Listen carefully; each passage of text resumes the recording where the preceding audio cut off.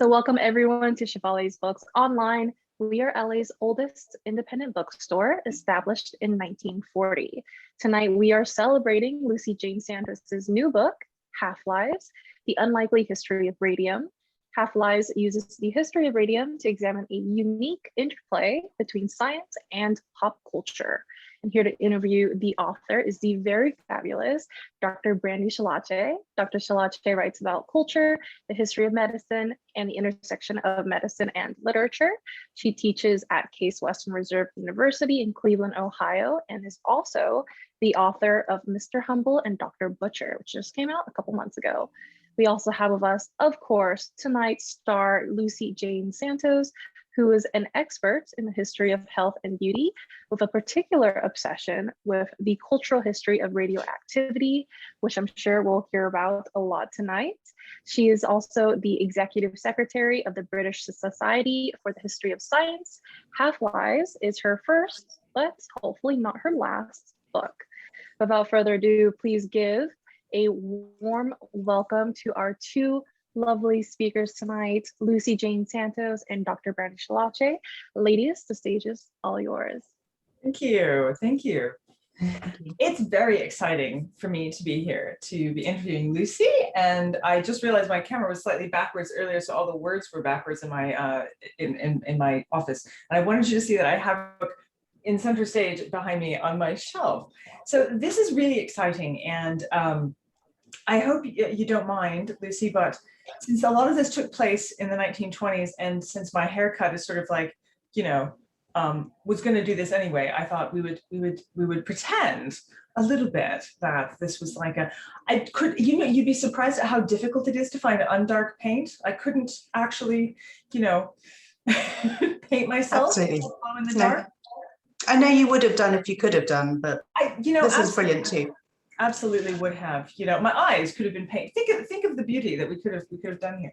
I am wearing a bright blue gem on my finger here as a testament to the lovely glow that you'll be talking about tonight. So Lucy, yay! I'm very excited that you're here. One quick correction: I don't teach at Case Western anymore, but I would love it if they still paid me, and they're probably not going to. So I want to hop right into it because it's very exciting, and I had a great time reading the book. But Lucy, I know it's customary to sort of begin with a "how did you come to this topic?" question, but I want to start in a slightly different way. Basically, instead of why radium, could you tell us why radium now? What can this story tell us about today?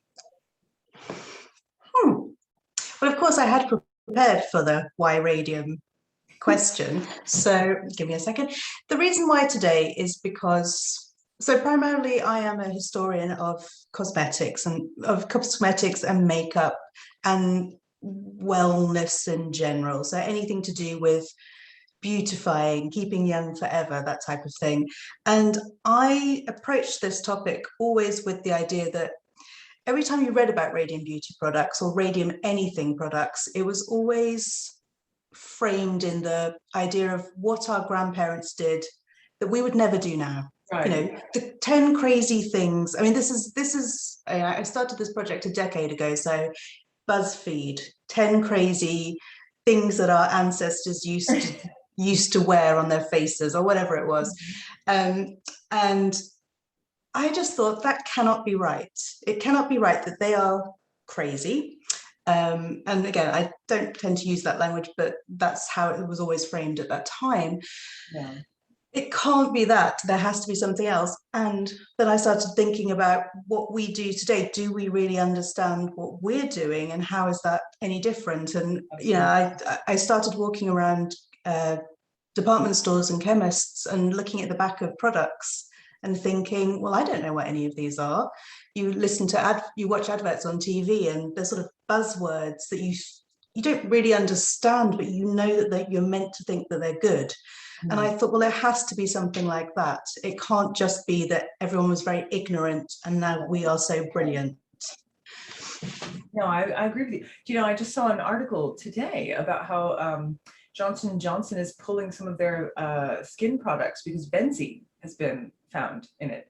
And my partner, Mark, was like, well, what's benzene? And I thought, well, benzene is, I don't know, you know, and you find yourself having to look it up. And so you're absolutely right. Like a lot of these, you're not, when I pick up a skin product, I'm not necessarily going, what petroleum-based carcinogenic thing is in it? You know, I'm reading what they say. Oh, it clears my skin. So I think you're really right about that. 10 years from now, 50 years from now, 100 years from now, what are they going to say to us about the choices that we've made? And I think that that's really important. Don't you think too, though, it's kind of it's an odd sort of cautionary tale as well. And I thought we might want to start before we jump into the larger discussion with your wonderful mini museum, which is on your website. If no one has checked it out, Lucy has a wonderful sort of, you can check out various localized examples of what radium was doing in an area on her website. And you explained that Los Angeles had this irradiated past, that water with, what's the quote, water that sparkles and foams like champagne at the radium sulfur springs.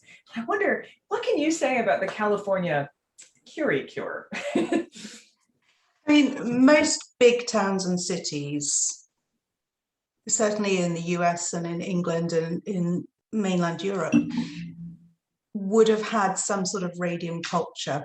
In LA, there was the radium sulfur springs, which I'm just, like you said, says it was natural radioactive mineral water. It sparkles and foams like champagne, as you said, and that was the whole thing. I'm just checking my notes here, but it was based on Melrose Avenue and Gower Street. And again, I haven't been to LA for many years, so this is all sort of just words to me. But you could go to this place and you could have a bath in what they called liquid sunshine. And you could also go and drink the water there as well. And it seems to have been quite a thing. I mean, the photos and the postcards I've seen, it looks like a substantial building. It was around for quite a long time. And it's part of a wider trend of mineral waters and drinking radium water, but it's always interesting to look at the localized aspects of these places. There's certain towns in Britain, which I talk about in the book, that had very similar things. Right. But I've been looking a lot about the places in the US that have these as well, and you know, the US does it too, and it tends to be a part of history that people don't remember or choose not to remember. But certainly on many streets in LA, you could go and get these radium treatments. Well, and sulfur springs are still popular. I have bathed in sulfur springs, and we were in Thermopolis, and I don't even know where it is. I was on a lonesome desert highway. It was like an Eagle song, and I saw this town, and we'd been driving for hours, and we drove into town, and every billboard said, "Experience the magical properties of sulfur springs." So it's not that different. And of course I did it because I thought, well, I'm here, right? Thermopolis, surely it's like Metropolis, but with hot water. So I did it. And it didn't occur to me at all to think, I wonder if I'm poisoning myself. So it's fascinating to me. And I think that's exciting and also frightening at the same time, because we do listen to the billboards, don't we? Absolutely. And you know, if enough of these places say that this is what you should be doing, you tend to do it as well. I mean, there's a town in I mean, just skipping forward a century now, there's a town in Czech Republic where there's 12 hotels, and everyone is dedicated to going and having radium baths to help with their radium waters. And I've been there. I mean, obviously there is still a bathing tradition. There is an idea that healing waters, in some sense, whatever the makeup of them is, if you go to these sort of natural springs, mineral springs, it's some sort of healing essence that you can absorb just by swimming in them and drinking them. And of course, in the early 20th century, a lot of these places were advertising themselves as radioactive. They were emphasizing the radioactive content of their water, and still today there are plenty of places. I've been to one in Czech Republic and one in Austria as well, and had radium baths. I mean, the signs on as you enter the town is "Welcome to Radium Town," "Welcome to the Radium Bath." The one in Czech Republic said the first radon town in the world. You know, this is the first place you could get radium baths. So it's a, we started talking earlier about why now and why do we talk about radium? Because of course it isn't the past, it is current as well. And it's often difficult to talk about that because people instinctively,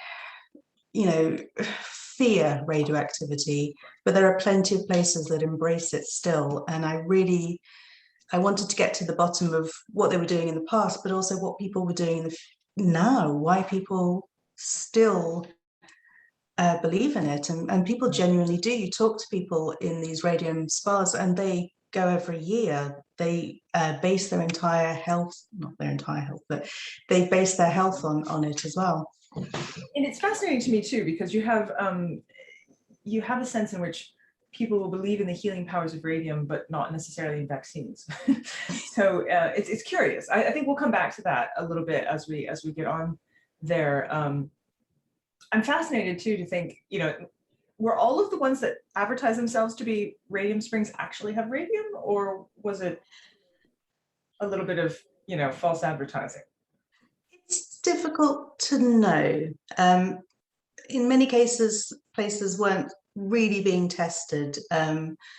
You didn't necessarily need to have a certificate that absolutely proved that your water was radioactive to claim that it was. And of course, a lot of stuff is radioactive. So, there's a lot of background radiation in the world.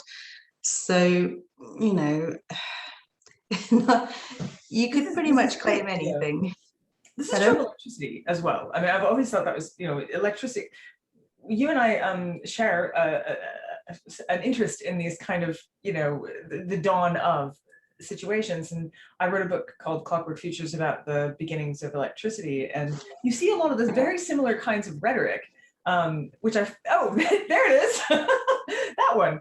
But I think that's really interesting because there is so much overlap in the way that people both fear and then also think, well, if it's a terrifying substance, it must obviously also have amazing curative properties. And we do think about this, and it's not always false. I mean, Botox is a toxin and people use it for all kinds of things. So let's go back just a bit, because I know I've taken us out a little into today, but let's go backwards in time. I want you to tell me a little bit more about pitch blende, because nobody wanted it. And I just find this fascinating and interesting that this product that becomes treasure starts off as trash.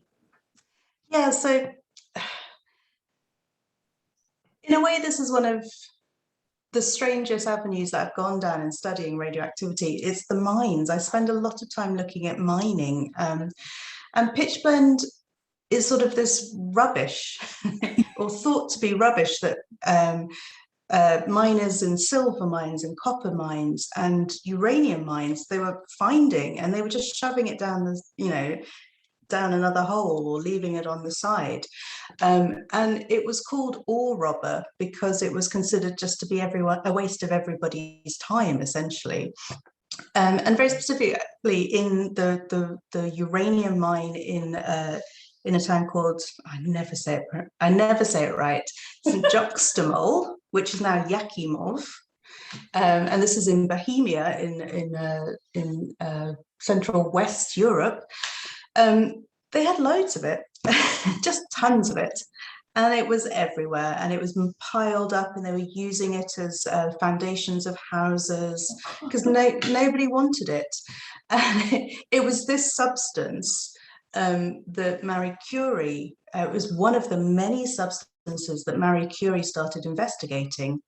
And it was known to be linked to the uranium that they were finding in this mine. And uranium at the time was being used to color glass and pottery. So this is, yes, of course. Yeah, so this is like the 18th century, late 19th century, and they're using it for these for coloring glass and pottery, and then it's the waste of the uranium that they're using from that is also being dumped at the side of these factories. And like I said, so Marie Curie is investigating radioactivity, which is a phenomenon that has just been discovered, and she's looking at what minerals emit it, and she starts looking at pitch blende. amongst many others. What drew her to that? How, I mean, what was it about pitchblende that made her go, that's the stuff? Well, she was systematically going through every mineral she could find. But the thing with the pitchblende was that at the time they knew that uranium was radioactive, Right. and she was looking at the pitchblende and she was finding more radioactivity than could be explained by the uranium content. So she thought, well, maybe there's something else going on here. And she did lots of complicated. One of my favorite things is to just completely dismiss like 10 years of science by lots of complicated sciencey things, but she did lots of complicated sciencey things, and then eventually extracted and identified two new elements, radium and polonium. And it was from this pitchblende, which is from this town in Czech Republic, which is also the town where you can go now and have your radium baths. So that's still the link there. So it's the actual town, and you can go to the actual mine where it was extracted from as well, which is, I mean, whew. This is brilliant. I'm already seeing some people pop up in the questions. I see that Elia Bisker is here from Charming Disaster. They have a new album out called Our Lady of Radium, and so I'm sure we're going to hear from them later. But someone was asking, you just said that the Czech Republic, the radium there was coming directly, was locally sourced. Is that also true in California? That was Daniel O'Donnell asked that question. I'm not entirely certain about, when we talk about places like the radium sulphur springs, exactly where they got their radium. There are uranium mineral mines around that people could have used. I think either possibly they're using the word radium in the looser sense of what is actually radium, or it might be there's lots of products that can impart radium into normal water. So it could be that they are, if they are genuinely radioactive waters, it could be that they're just using one of the activators that's on the market. And there's plenty of activator companies based in LA as well, to make their waters radioactive. But again, it's difficult to tell. I just love it, like, there's not enough radiation going on. We're going to give you an activator so that you can have more of it, and everyone can have an equal share of radiation. It's fantastic to me. Well, in the Spartans, there is a competition about who has the most radioactive water. And it's like, well, our water is this, but their water is that. Well, we've boosted our water with this product. And it is like a fight to the death for who has the most radioactive water. Yes, absolutely. You win, yeah. Yeah, no, they put adverts in big newspapers saying our water's better than this water because it's more radioactive. Yeah, we don't quite have the same feeling about radioactive. I hear the song in the back of my head, like radioactive. The whole time I'm reading your book, I'm like, radioactive. So we'll get back to more songs about that soon. It's one of the questions I had, it sort of spawned out of my own experiences. I used to work for the District Medical History Museum, and we had an old-fashioned X-ray machine based on Röntgen's earlier technologies. And you talk quite a bit about X-ray and how X-ray sort of leads us to the, I mean, not exactly leads us to the discovery, but it sort of creates this zeitgeist, right? It creates this population that's ready for this new exciting element.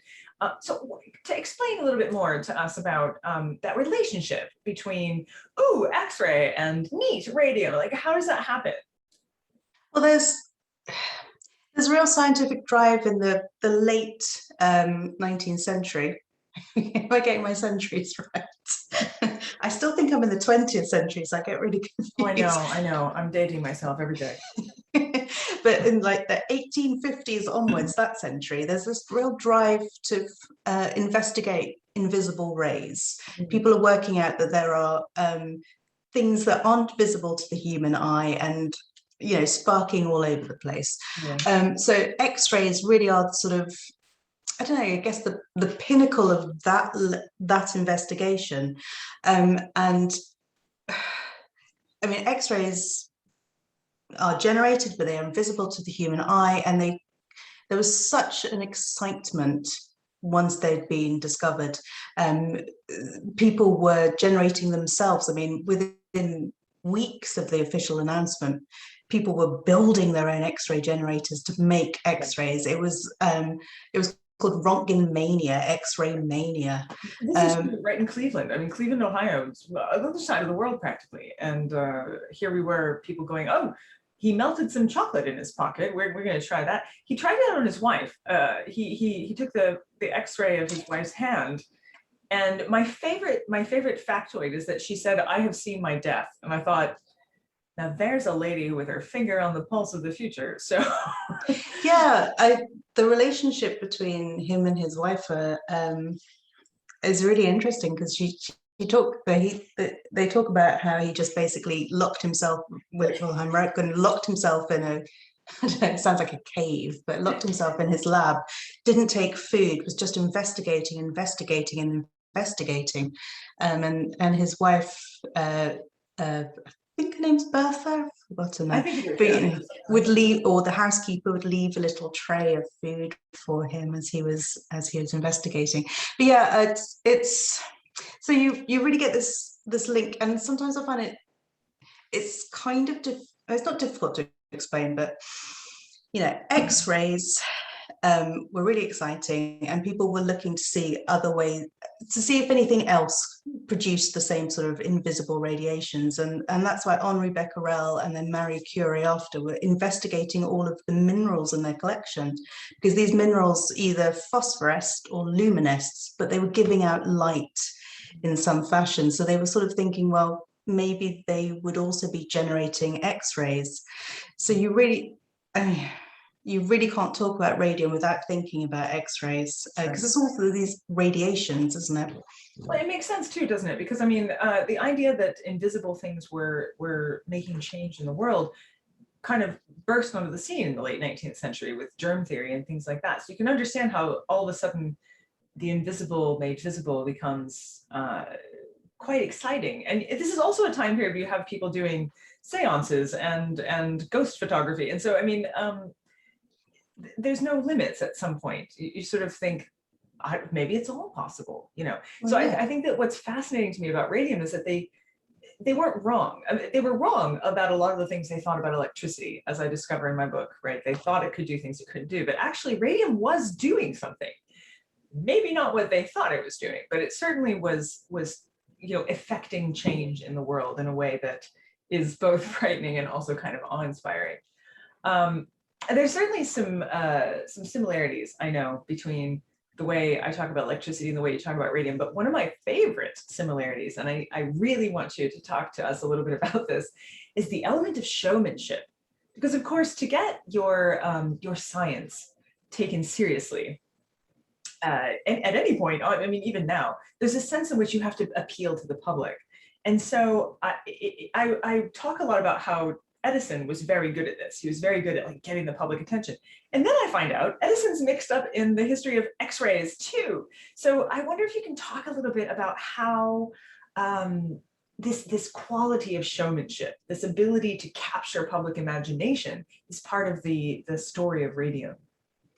I mean, it totally is, because, I mean, funnily enough, when radium and polonium was first discovered, there's not that much interest, really. X-rays, people are very interested in. Radioactivity, for a small amount of time, people were really quite thrilled about it. Radium, I mean, it gets a few notices in the newspaper. There's one example of a British newspaper where they spell all the scientists' names wrong. They don't really get it, you know, they're not really reporting on the implications of it, because nobody understands the implications of it.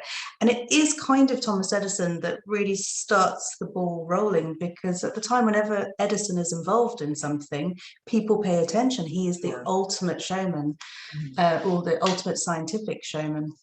And I mean, Edison is really mixed up in X-rays. So he, oh gosh, again, I think he's probably one of the first people that in the US that makes an X-ray generator using Röntgen's findings. And he publicizes it all over the place. He's doing like the electrical, I can't remember because they were called electrical show in New York. he's doing all sorts of things where he is, I mean, doing what Edison does. People are going up and having their hands x-rayed, and there's queues and hundreds of people wanting to see inside of their body, because this is a massive thing, isn't it? The idea that you could see inside of your body through invisible rays. I mean, I can imagine how exciting that is in general, but also once Edison gets involved, I think he had a room where he made everything dark and there was red lights and, you know, just real theatrical amazingness. So he's involved in X-rays. He's also involved in a smaller sense in radium, because X-rays actually scares him. So he reports that his assistant, who is doing all the hand X-rays at these big exhibitions, starts getting ill. He starts his skin starts peeling off, and his eyes go a little bit bad. And so Edison's sort of like, oh, I'm not really that keen on this after a while. But he does mess around a little bit with radium. But again, it's all around this period where X-rays are proving to be quite scary. So he backs off from the radium as well, which leaves the field wide open to people who want to be Edison, but aren't quite. So then you start getting these radium showmen. There's a man called William Hammer in New York, and he goes all over the country showing off radium. He has a lecture. He has a 45-minute lecture. He darkens the stage. He shows glow in the dark products, and he talks about radium. And so he's sort of filling in that gap that Edison probably would have done if he wasn't so scared of it. Yeah, well, this is what has always fascinated me about science, because in Clockwork Futures, it's principally about the showmanship of science, and how the only reason you've heard the names that you've heard of is not because they were the only ones who came up with something, but because they won, you know, because they were the loudest and they were the most flamboyant and interesting. But the things that they're touching on, you're right, they're in themselves can be quite terrifying. I remember some of the early electric shows. So you've got radium shows now. It's got a carnivalesque atmosphere, which I think is, we're attracted to that. There's some sort of morbid curiosity related to that. But in the electrical shows, they would do really dangerous things. Well, uh-oh, I seem to have, hello, I'm still here. Can you hear me? Hello. Yeah. I wonder what's happened. Well, I'll just keep talking. And we'll all look at your pretty face. Well, one of the things that was really interesting is that they would electrify a woman, and then they would have a man try to kiss her. And of course, radically like electrocute himself to the point that they said their teeth, you know, their teeth rattled. And you would have lines lining up just to do this very thing, which is incredibly dangerous. So now you're talking about a very similar kind of thing. Line up, expose yourself to X-rays, you know, have multiple X-rays done of your body. Didn't they ultimately create like a shoe machine? A machine? Yeah. Yeah, that's slightly later. So that's in the, I mean, it gets popular in the 20s and 30s. But yeah, it's see inside your foot. And so you can get the perfect shoe. Probably. These are around till the late 70s in Britain specifically. I think it's slightly earlier they get banned in the US, but yeah, they're around for a long time. But again, it's very practical, isn't it? I mean, you can go into a shop and you can try on a pair of shoes, and then you put your foot into a little box, and then you look down and you can see the gap. I mean, I can see the sense in that, because I have spent hundreds of pounds on shoes that hurt so badly. And I would like this. Bring that back. That's my new campaign. I'm bringing back X-ray shoe machines. But isn't it fascinating? I mean, imagine most of us have probably, we've all seen X-rays. It might not always be ours, right? But we've seen them on television or on books. I imagine a lot of our audience members, you know, show of hands, I can't see your hands, but you know, virtually, if you've seen your own X-rays. And there is something kind of peculiar about it. I remember having one done of my spine, and you could also see the buttons of my shirt. And I was just completely fascinated, like, oh, buttons and bones, you know, it is exciting. And to think that no one had done it before, no wonder Rankin's wife was just a little bit weirded out by this, right? Like, those are the bones of your hand that you're looking at. So I find that fascinating, this sense of the carnival. It's no wonder we end up with the kind of a patent medicine approach, right? Because you also talk a lot about kind of quackery that goes along with this. Yeah, so again, going back to the X-rays, X-rays are, once they start using diagnostically, the experimenters start finding that their skin is burning and stuff, and they then think, well, if it does that to healthy skin, what can it do to unhealthy skin? So X-ray therapy starts coming into hospitals. And again, skipping a little bit, radium salts, which is the material that the Curies are using, as the scientists are taking it in between labs, because there's very little of it about, so they're having to share it and take it around. They're reporting that it's burning through their clothes and burning their skin. They just have it in a pocket with their pens? Yeah, just in a pocket. There's pictures of people. There's one, Henri Becquerel puts it in his pocket in Paris and then scoots across to London. And then he's like, he takes it out and he's like, ow. But yeah, so it's burning their skin. So they think, well, X-rays burns your skin. That's good. Radium burns your skin. Brilliant. Because radium salts don't require that generator. They don't require any, mechanism to actually do what they're doing. You just need that. You just need the salts. So then they start being used into hospitals, and then the people that exist on the fringes of legitimate medicine are like, well, we're seeing lots of reports of how radium salts potentially are curing cancer.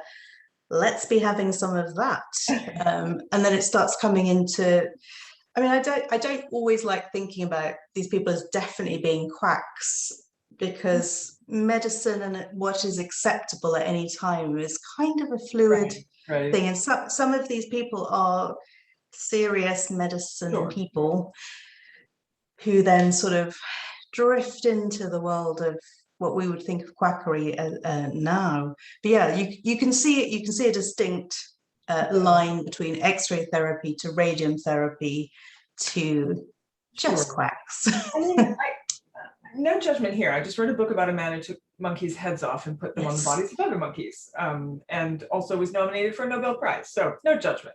But it's true. There's something both.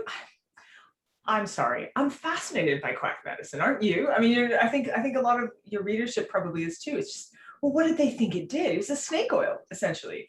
I know that they thought electricity would cure everything from blindness to baldness. What did they think radium? I mean, obviously, to a certain degree, we do use radiation therapy to cure cancer-ish. Yeah. In the hopes that it kills the cancer before it kills you. But what else did they think it would do? What were some of the claims that they made that they thought it would help you? I mean, absolutely everything that you could ever possibly think of was claimed, but it was because it was considered to be such a hope for the cure of cancer, tuberculosis, rheumatism, arthritis. Just they're the biggies. And it started just being, it was considered to be a universal panacea. It was something that would cure pretty much anything that ailed you. So there are hundreds and hundreds of companies that were selling products called radium, or definitely including radium in some manner. Some of my favorites are the ones that just use the word radium but didn't really mean radium. They're like, we meant heat, we meant new, we meant novel. So yeah, I think that's great. Yeah, I mean, radium, because it was expensive, because it was rare, it was kind of, I use the example that it was like the way that we use a platinum card now. I mean, you take your platinum card out, but you don't, it's not actually made out of platinum, but it's that that feeling of luxury or expense or something. And radium's very much used for that as well. Rhinestone cowboy kind of thing, right? Yeah. It was a word. It was a concept. Yeah. It wasn't just a substance, and it wasn't just a healing substance. It was a concept. But I do want to say that, so I copied this out of your book. There's one area, and the thing is, I don't know why I find this so fascinating. It's not that I didn't technically know, but you mentioned earlier, you don't have to, radium's a self-starter, right? You don't have to do anything to it. You don't have to galvanize it into action. It produces heat, it produces light, it does it all by itself. And I knew that that was related to decay, but I hadn't really completely and fully grasped it until I think it's page 35. You talk about how one element decays into another. It's not just that it's shedding its atoms, it's becoming different things. And on one end of it is lead, you know, and I had not really put that all together. And I just find that completely fascinating, that the reason it's generating all of this energy is because it's decaying, it's dying, it's changing into something else. It's like alchemy. Yeah, it absolutely is. And that's also why, I just saw a question flashing up, but that's why it's not really regulated as well, because it's considered to be a natural substance rather than a drug. And the properties of this decaying natural substance are the things that they're using in mainstream medicine, but also in the quackery as well. And it's because nobody's really, I mean, by 1903, they'd had an explanation for what was happening, what was atomic disintegration, and they really started to understand what they were seeing, but nobody really understood it for quite a while, really. Even when they thought they understood it, it's a bizarre thing, isn't it? I mean, it was going against centuries of understanding of what elements are, what the world is made up of. I can see why people got overexcited. Well, I'm excited about it, and I know what it's made out of. Yeah. It's mind-blowing stuff, and in a terrifying kind of way. Actually, I almost think I'm probably more interested in it because I know it's dangerous, because it's, we've seen the effects of it. Something about that power and destruction together is it's like our favorite villains, isn't it? And I think that's something that is one of the problems with it, why it lasted so long, why people were so interested in it, because there was always the sense that it was a power that you could tame. If only you could come up with the right way of taming it, the right formula, the right level of treatment. People were always hoping that they could tame the radioactive beast. Ultimately, it proves very difficult. But I think it's something that we're still thinking about today when we think about nuclear energy, nuclear power as well. Yeah, right. And not getting bitten by it, I guess. Yeah. You shared a really fascinating expression, and I this to me is part of the why now, why now. That newspapers became radioactive is a fascinating concept, and it brings us back to that sense of showmanship, but it also, I think, rings bells for what we see now, that science is not just happening in a lab somewhere. It's happening in a lab, and it's being put out into the world by journalists and newspapers, and today by Twitter and Facebook, not necessarily by scientists, but it's driving this sometimes misinformation, sometimes half the information gets across, and so you're only getting part of the story. That just strikes me as being really, really important for us right now, even after coronavirus. Yeah, absolutely. I mean, you can see it. I mean, the papers becoming radioactive is the press having an opinion on radioactivity. I mean, at the time, obviously, newspapers aren't new, but science is being reported on more than ever, because it's good copy, especially something like radium, which is controversial. Someone says this, somebody says that, this has cured someone's cancer. Oh, well, it hasn't really, has it? There's lots of back and forth between scientists as they're working out what's happening, and there's they don't have a handle on it. I mean, the comparison to the virus is happening, and people are saying, well, science is wrong, but it's actually that science is figuring it out, and the same kind of thing happening with radium. Yeah, it's played out in real time. So the journals, there's articles in journals where the scientists are talking about it, and then the newspapers are reporting on the scientists talking about it, and then sometimes the scientists write to the newspapers to clarify something. So it is very much like Twitter is now, isn't it? Someone with decades of experience has an opinion about something, but somebody who has come into it 10 seconds ago has one too. Yeah, you can start seeing that. So radioactivity really becomes everywhere as people feel that they can talk about it, because it's sort of owned by the public as well. Right. Well, and it makes sense because, of course, the public is utilizing it in these different ways. I know we're going to be hopping into Q&A here pretty quickly, but I wanted to just ask you, because I know a lot of people died. And as much as I find the sort of medicine aspect of it fascinating, you have horror stories, the radium girls, the ones who were using the undark paint to paint clock faces, and they were licking the brushes, and they were, you know, their jaws were rotting off and they were dying of cancer even before the court cases could be settled. But there's a particularly interesting case that you mentioned of, and I think this also appears in Deborah Blum's book, The Poisoner's Handbook, of a gentleman who was taking the liquid sunshine, a healthy man who was taking it as the way we drink Gatorade or something. And that story was just horrifying to me. You said that by the end of his life, skull itself was disintegrating. Can you tell us a little bit about the horror story, the things that happened that were just, you know, what most impacted you? Yeah, there's several cases. There is the radium girls. So people who are painting watch faces, ingesting massive amounts of radium paint as they're doing it because they're licking their brushes to get a fine point. But yeah, Ibn McBurney Byers is particularly heartbreaking, I think, because he's prescribed, he hurts his arm and he's prescribed a treatment for it by a doctor, and the doctor's getting a kickback from the company. I mean, that's not a rare thing. But crisis.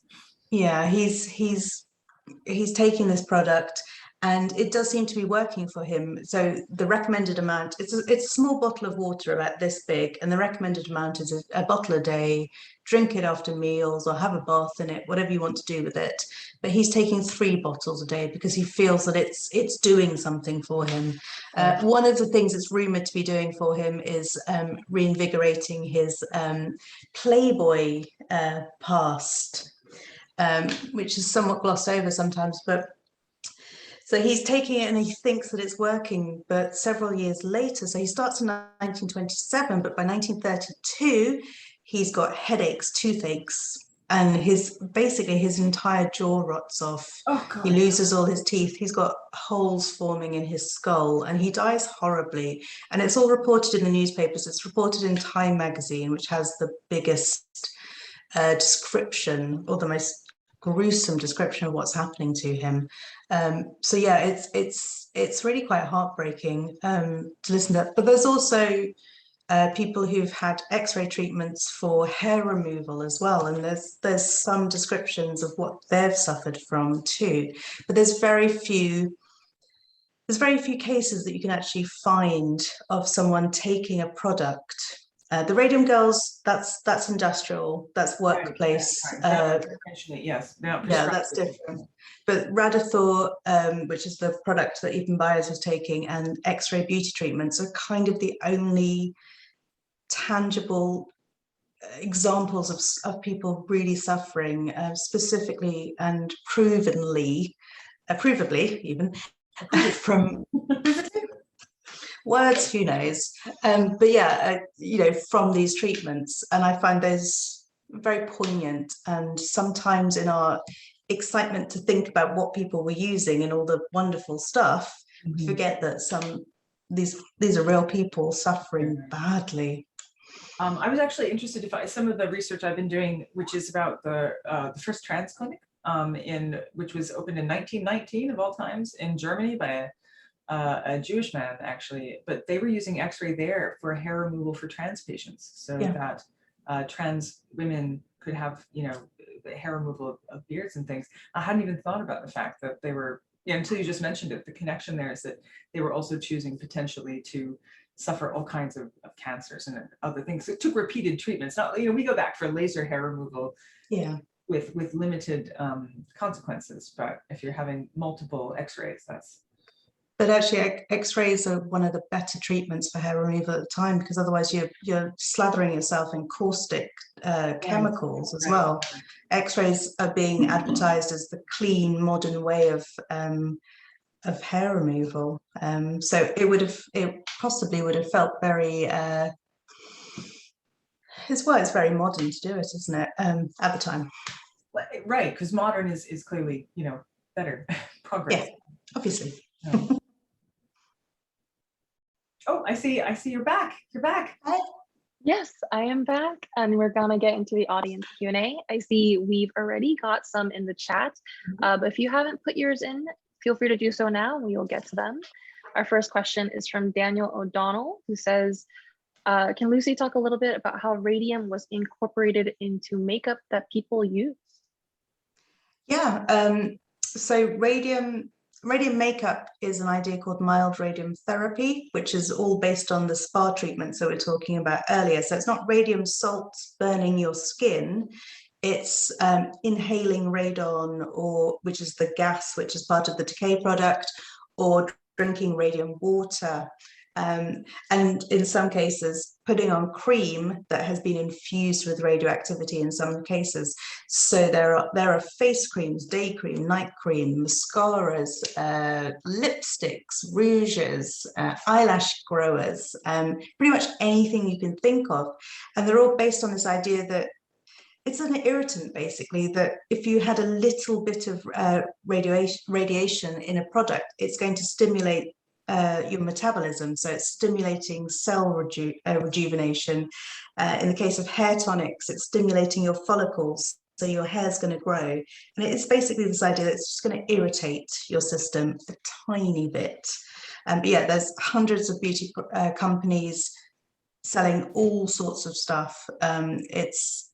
It's how I got into studying radium, and it's still one of the most interesting aspects for me because of the variety and the longevity of it as well. I mean, some of these companies are producing these products for 40 years. Wow.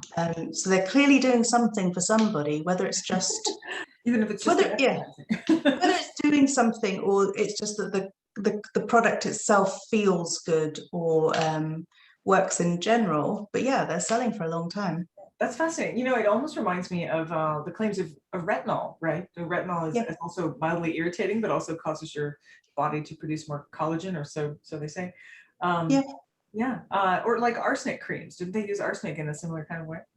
Yeah, it's so many of these toxic elements are being used in the same way. Arsenic is a brilliant example, but also lead and mercury, or not so much lead, but mercury for definite. It's just a little bit of toxicity. It's just going to kickstart your system and work. So again, thinking about radium, not just in terms of X-rays, but in terms of a longer history of toxicity in makeup, I think is really interesting, and as Brandy says, it's still what we're doing today as well, because it does make sense, doesn't it? I mean, arsenic did genuinely bring a little bit of redness to your skin, give you like this healthy glow, this healthy blush, as did radium as well. It brings blood to the surface of the skin, and that's really what we're looking for in products, isn't it? Yeah, that's fascinating. I was thinking too, while you were talking, that a lot of the rhetoric sounds almost exactly like rhetoric that we still hear today for promoting cosmetics or skincare. And I'm gonna have to second think some of these things. But pivoting, we've got a question from Sam, who asks if you could please talk a little bit about the history of radium in color, and also when we started not using that element anymore for coloring. Colouring in terms of what? Glass, maybe? In terms of glass. If it is in terms of glass, so we start it. I mean, it's still in use. There are still companies that are using uranium to change the colour of glass.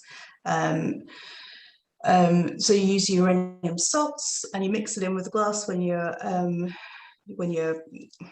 I'm not a glassmaker. When you're forming the mix, when you're doing the glassy stuff, it makes this beautiful green color. I mean, it gets really popular in the late in the 1880s. There's a lot of it around up to the 1920s. In the 1920s, it's really the Vaseline glass. I've got some examples way over there, so I'm not going to get them, but beautiful cosmetic talcum powders and things like that. They're using this uranium, and it's not being used for its radioactivity. There's no claim that the uranium glass is going to make the content radioactive, but it's the color and the associations of the color as well. And it is beautiful. I mean, uranium glass is gorgeous.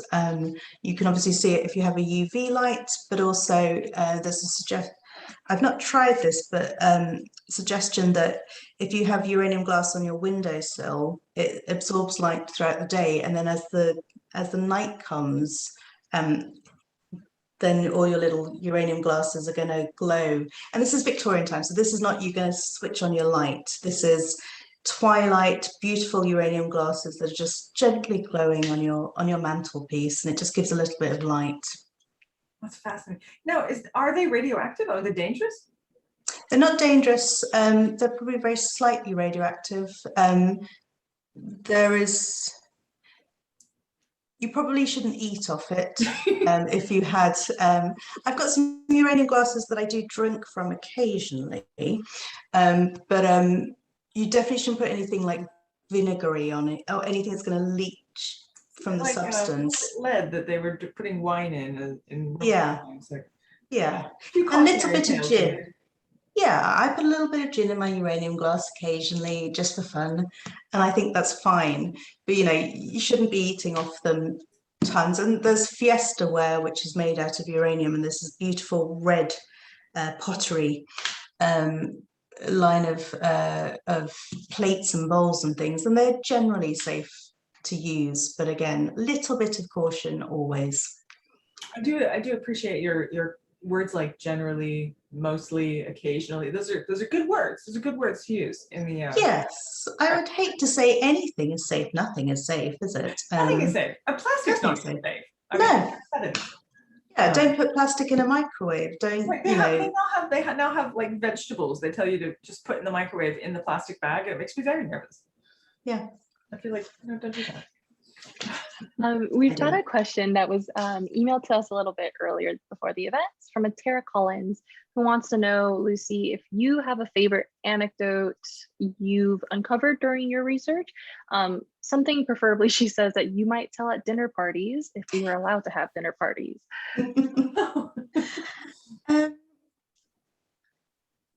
My favorite really actually is because it's something that combines another interest of mine, which is cocktails.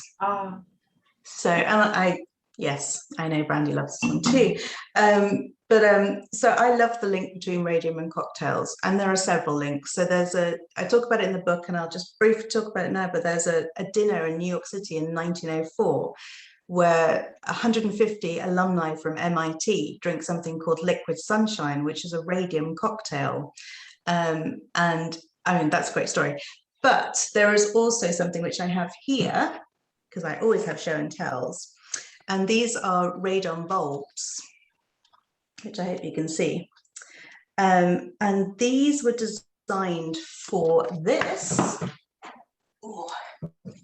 which is, I hope you can see, is a soda siphon. Right. So this turns normal water into carbonated water. And you put your little bulb in here, press down the lever, and it turns your water carbonated. And if you have these things, radioactive as well. And these are genuinely radioactive.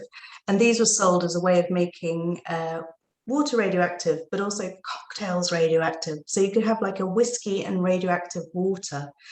So that's my favorite. Also because these are you can't really, these were destroyed because they are really, really, really radioactive, and I probably shouldn't be holding it right now. But someone emailed me and said, I've found some of these. Do you want them? And yes, please give them to me and I will look after them because they are really scary. Yeah. They were mostly destroyed by museums because they are not good to be around. But again, song, radioactive. That's fascinating. Lucy, when you come on my show, I always have to make up a cocktail. Yes. I make up all the cocktails I'm the Peculiar Book Club, which I run. And I'm actually trying to convert something into very small brains for Carl Zimmer's event this coming Thursday. If you guys aren't familiar, you should check it out because Lucy's going to come back as a guest. Lucy, we might have to I'm gonna have to have a conference call about how I can safely create a cocktail for your event that doesn't require me to borrow those from you. Well, I mean, I am working with a university and we're going to actually deploy one of those and see what it does under very strict testing So, thing. you know, we could always play that at the end of the of our book club event. I'm not sure I'm going to do it because I can't get there at the moment. But we were going to do it. We're going to make some radioactive water because we've tested it and it is very, very radioactive. But does it impart the radioactivity to the water? I like it. I hope there's goggles involved. Yes. Oh, it's a very serious lab. I mean, we're going to have lots of fun, but it's very serious. I love that. And I'm sure everyone here wants to know the results of that test. Okay, so we are at the end of our hour.